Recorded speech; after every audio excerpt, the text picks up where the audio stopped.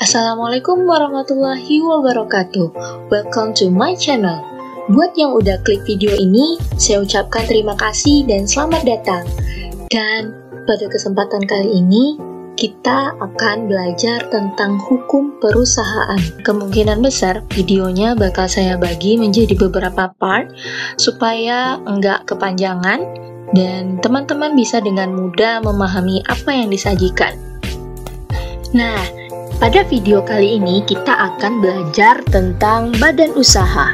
So, tanpa basa-basi lagi, langsung aja ya kita ke videonya. Jadi, secara umum, badan usaha itu terbagi menjadi dua macam, yaitu badan usaha yang non-badan hukum dan badan usaha yang berbadan hukum. Seperti yang telah dijelaskan pada video sebelumnya, bahwa badan usaha adalah sebuah organisasi atau badan yang menjadi wadah penggerak setiap jenis usaha. Dan definisi dari badan usaha berbadan hukum adalah sebuah organisasi atau badan yang menjadi wadah penggerak setiap jenis usaha, di mana badan usaha terkait telah memisahkan antara harta kekayaan pribadi pemilik atau pendirinya dengan harta kekayaan badan usaha.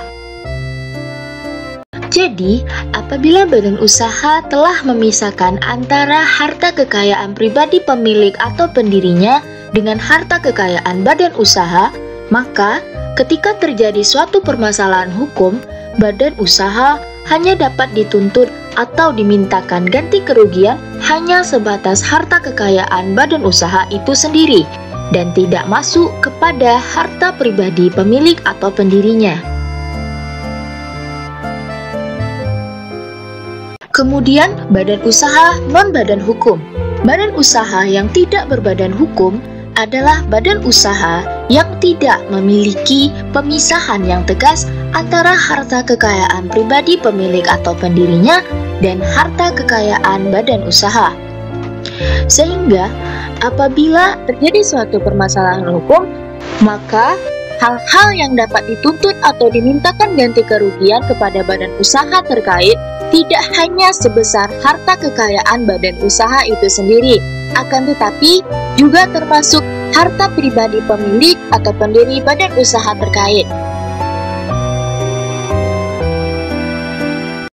Badan usaha non-badan hukum yang pertama adalah badan usaha perseorangan. Contohnya, perusahaan dagang atau PD, perusahaan otobus atau PO, dan usaha dagang atau UD. Badan usaha non-badan hukum yang lainnya adalah persekutuan perdata. Ada beberapa bentuk dari persekutuan perdata, namun yang akan dijelaskan di pembelajaran hukum perusahaan saat ini adalah persekutuan perdata dalam bentuk firma dan persekutuan perdata dalam bentuk persekutuan komanditer atau yang biasa kita kenal dengan sebutan CV. Kemudian, kita akan membahas kekurangan dan kelebihan antara badan usaha non-badan hukum perseorangan yang selanjutnya akan disebut dengan badan usaha perseorangan dengan badan usaha non-badan hukum persekutuan yang selanjutnya akan disebut dengan badan usaha persekutuan. Nah, kita akan mulai dari kelebihan badan usaha perseorangan. Yang pertama, badan usaha perseorangan mudah didirikan. Badan usaha perseorangan mudah didirikan karena badan usaha perseorangan adalah badan usaha yang dimiliki, dikelola, dan dipimpin oleh satu orang. Jadi, seseorang inilah yang bertanggung jawab penuh terhadap semua risiko dan aktivitas badan usaha terkait. Kelebihan yang kedua adalah cepat mengambil putusan. Jadi, dalam badan usaha perseorangan, yang bertanggung jawab hanya satu orang saja, baik itu sebagai pemilik, pengelola, serta pemimpin suatu badan usaha terkait. Sehingga, apabila terjadi permasalahan dan menghambat jalannya badan usaha tersebut, maka pemilik badan usaha terkait tidak perlu lagi untuk melakukan musyawarah, karena yang mengambil keputusan untuk melakukan suatu hal adalah dirinya sendiri. Sehingga pengambilan putusan untuk memperlancar kembali badan usaha miliknya akan didapat secara cepat. Kelebihan badan usaha perseorangan selanjutnya adalah rahasia badan usaha terjamin, karena yang mengendalikan badan usaha hanya satu orang saja. Kelebihan yang selanjutnya adalah keuntungan badan usaha dinikmati oleh pemilik sendiri.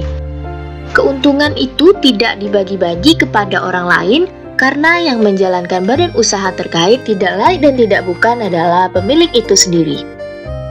Kelebihan selanjutnya adalah mudah mencegah dari penyelewengan, karena sekali lagi pada badan usaha perseorangan yang mengendalikan badan usaha terkait hanya satu orang saja.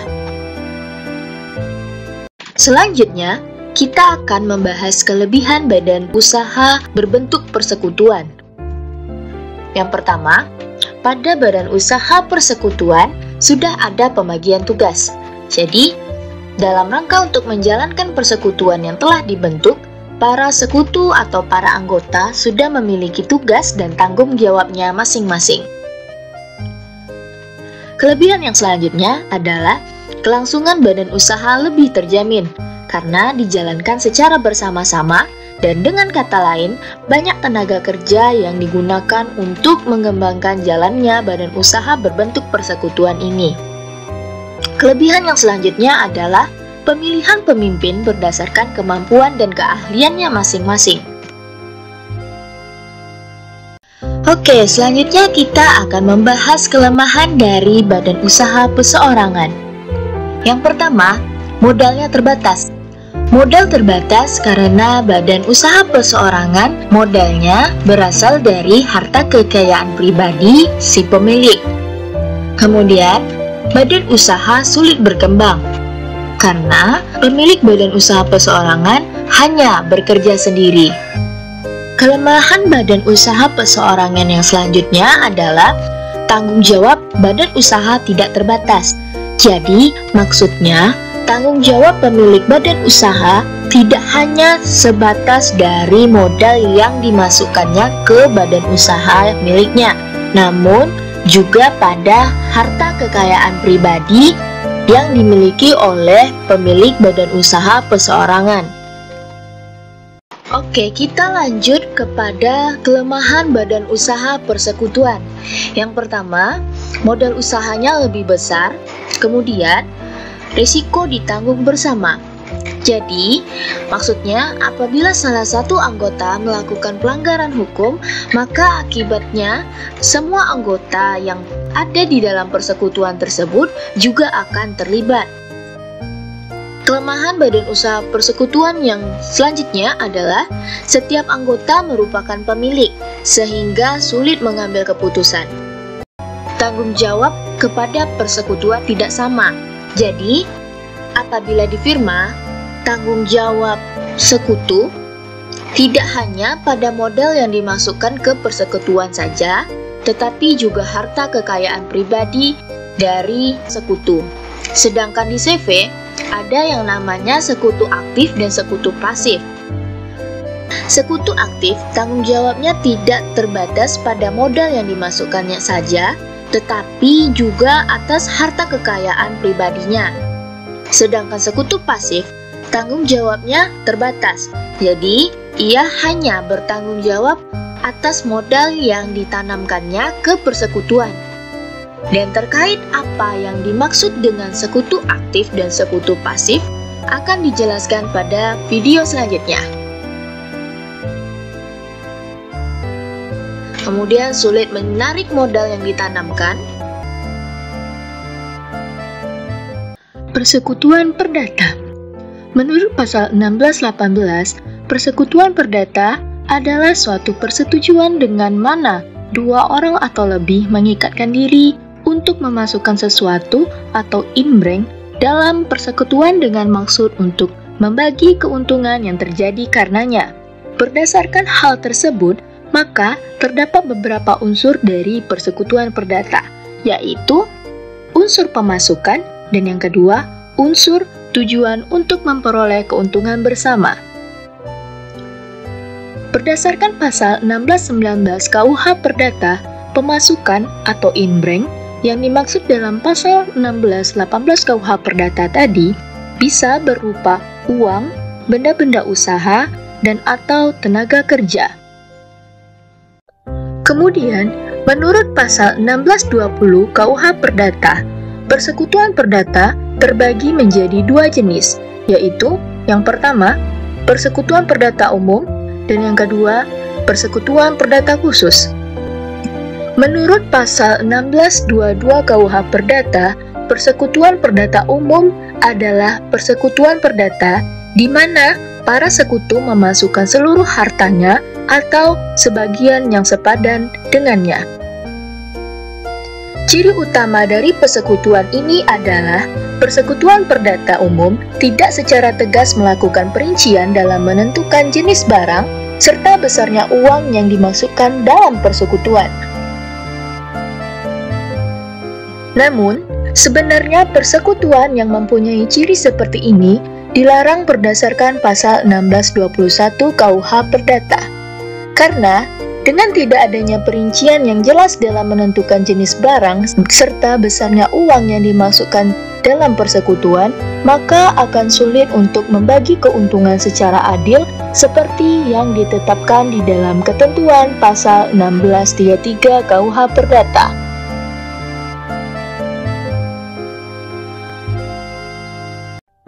Kemudian, jenis persekutuan perdata yang lain adalah persekutuan perdata khusus.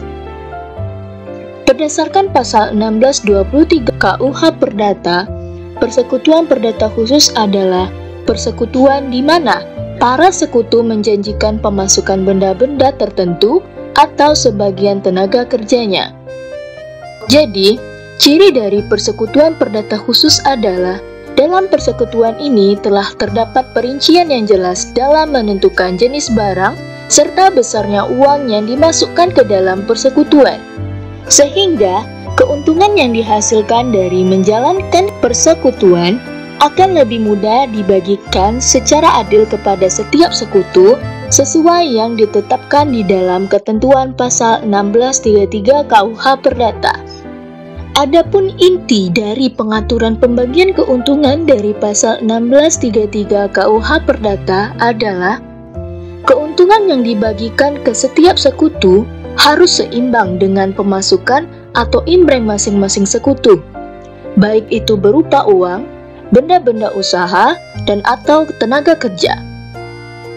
Dan bagi sekutu yang hanya memasukkan tenaga kerjanya, maka jumlah keuntungan yang akan diperolehnya akan disamakan dengan pemasukan sekutu lain yang paling sedikit. Sekutu lain yang dimaksud di sini adalah sekutu yang memasukkan inbreng berupa uang atau benda-benda. Jadi, misalnya keuntungan paling sedikit yang didapatkan oleh sekutu yang memasukkan sesuatu berupa uang atau benda-benda adalah sebesar 5 juta rupiah, maka sekutu yang hanya memasukkan tenaga kerjanya juga akan mendapat keuntungan sebesar 5 juta rupiah.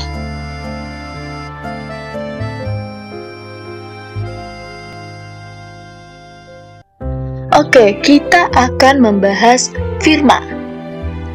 Menurut pasal 16 KUH Dagang, persekutuan firma adalah persekutuan perdata yang didirikan untuk menjalankan perusahaan dengan nama bersama. Dari pengertian ini, dapat kita simpulkan bahwa firma adalah sebuah persekutuan perdata. Namun, ada perbedaan khusus yang membedakan persekutuan perdata dengan firma, yaitu yang pertama, menjalankan perusahaan. Yang kedua, menggunakan nama bersama. Yang ketiga, tanggung jawab sekutu bersifat pribadi untuk keseluruhan. Jadi, dengan adanya beberapa perbedaan ini, dapat disimpulkan bahwa firma termasuk ke dalam persekutuan perdata khusus. Kita masuk ke pembahasan pendirian firma. Menurut pasal 22 KUH Dagang, persekutuan dengan firma harus didirikan dengan akta otentik, tetapi ketiadaan akta tersebut tidak boleh dikemukakan sebagai dalih yang dapat merugikan pihak ketiga. Jadi, maksudnya adalah pendirian firma sebenarnya tidak terikat pada bentuk tertentu karena firma dapat didirikan secara lisan atau tertulis, baik dengan akta otentik ataupun akta di bawah tangan. Tapi, walaupun pendirian firma tidak terikat pada bentuk tertentu, yang terjadi pada saat praktik, masyarakat lebih suka menuangkan pendirian firma itu dengan akta otentik. Karena akta tersebut dapat digunakan sebagai pembuktian di kemudian hari. Dengan kata lain, pada dasarnya, firma itu sudah ada dengan adanya kesepakatan di antara para pendirinya, terlepas dari bagaimana cara mendirikannya. Kemudian, berdasarkan pasal 23 KUH Dagang, para sekutu firma wajib melakukan pendaftaran kepada Kepaniteraan Pengadilan Negeri di mana firma tersebut berdiri. Kewajiban untuk mendaftarkan dan mengumumkan tersebut merupakan suatu keharusan yang bersanksi, karena selama pendaftaran dan pengumuman tersebut belum dilaksanakan, maka pihak ketiga dapat menganggap firma tersebut sebagai persekutuan umum, yakni persekutuan firma yang menjalankan segala macam urusan, didirikan untuk waktu yang tidak terbatas, dan tidak ada seorang sekutu pun yang dikecualikan dari kewenangan bertindak dan menandatangani surat bagi persekutuan firma tersebut.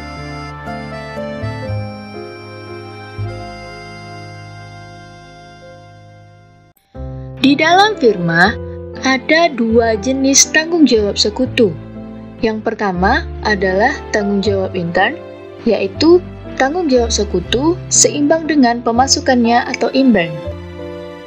Sedangkan jenis tanggung jawab yang kedua adalah tanggung jawab ekstern, yaitu perikatan di antara para sekutu bersifat tanggung renteng. Maksud dari tanggung renteng adalah tanggung jawab secara bersama. Jadi, seperti yang telah dijelaskan sebelumnya, berdasarkan pasal 18 KUH Dagang, tanggung jawab sekutu di dalam firma adalah tanggung jawab secara pribadi untuk keseluruhan. Yang artinya, setiap sekutu harus bertanggung jawab atas semua perikatan yang terjadi saat menjalankan persekutuan, meskipun dibuat oleh sekutu lain.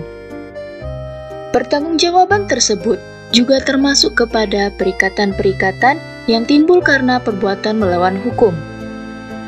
Dengan kata lain, apabila salah satu sekutu melakukan pelanggaran hukum, maka akibatnya semua sekutu yang ada di dalam persekutuan juga akan terlibat dan harus bertanggung jawab atas pelanggaran tersebut. Oke, yang terakhir kita akan membahas pembubaran dan pemberesan firma. Jadi, karena persekutuan firma termasuk persekutuan perdata, sehingga pembubaran dan pemberesan firma diatur di dalam pasal 1646 sampai dengan pasal 1652 KUH Perdata. Dan di dalam KUH Dagang, pembubaran dan pemberesan firma diatur di dalam pasal 31 sampai dengan 35 KUH Dagang. Adapun inti dari pengaturan pasal 1646 sampai dengan pasal 1652 KUH Perdata serta pasal 31 sampai dengan 35 KUH Dagang adalah suatu persekutuan akan berakhir disebabkan oleh yang pertama, lampaunya waktu yang diperjanjikan, kemudian pengakhiran oleh salah satu sekutu, yang ketiga, selesainya perbuatan, yang keempat, pengakhiran berdasarkan alasan yang sah, yang kelima, hancurnya benda yang menjadi objek persekutuan, yang keenam, kematian salah satu sekutu, dan yang ketujuh, adanya pengampunan atau kepailitan terhadap salah seorang sekutu. Baiklah, sekian dulu video kali ini. Semoga teman-teman mendapat wawasan baru tentang hukum perusahaan. Terima kasih banyak yang sudah menonton. Kalau kalian suka dengan video ini, klik like-nya. Dan jangan lupa komen di bawah untuk ide-ide dan saran for the next video. Jangan lupa nyalain notifikasinya supaya kalian tahu kalau saya upload video baru. And as always, jangan lupa untuk klik tombol subscribe supaya kalian nggak ketinggalan informasi menarik di video-video saya yang selanjutnya. See you next video. Assalamualaikum warahmatullahi wabarakatuh.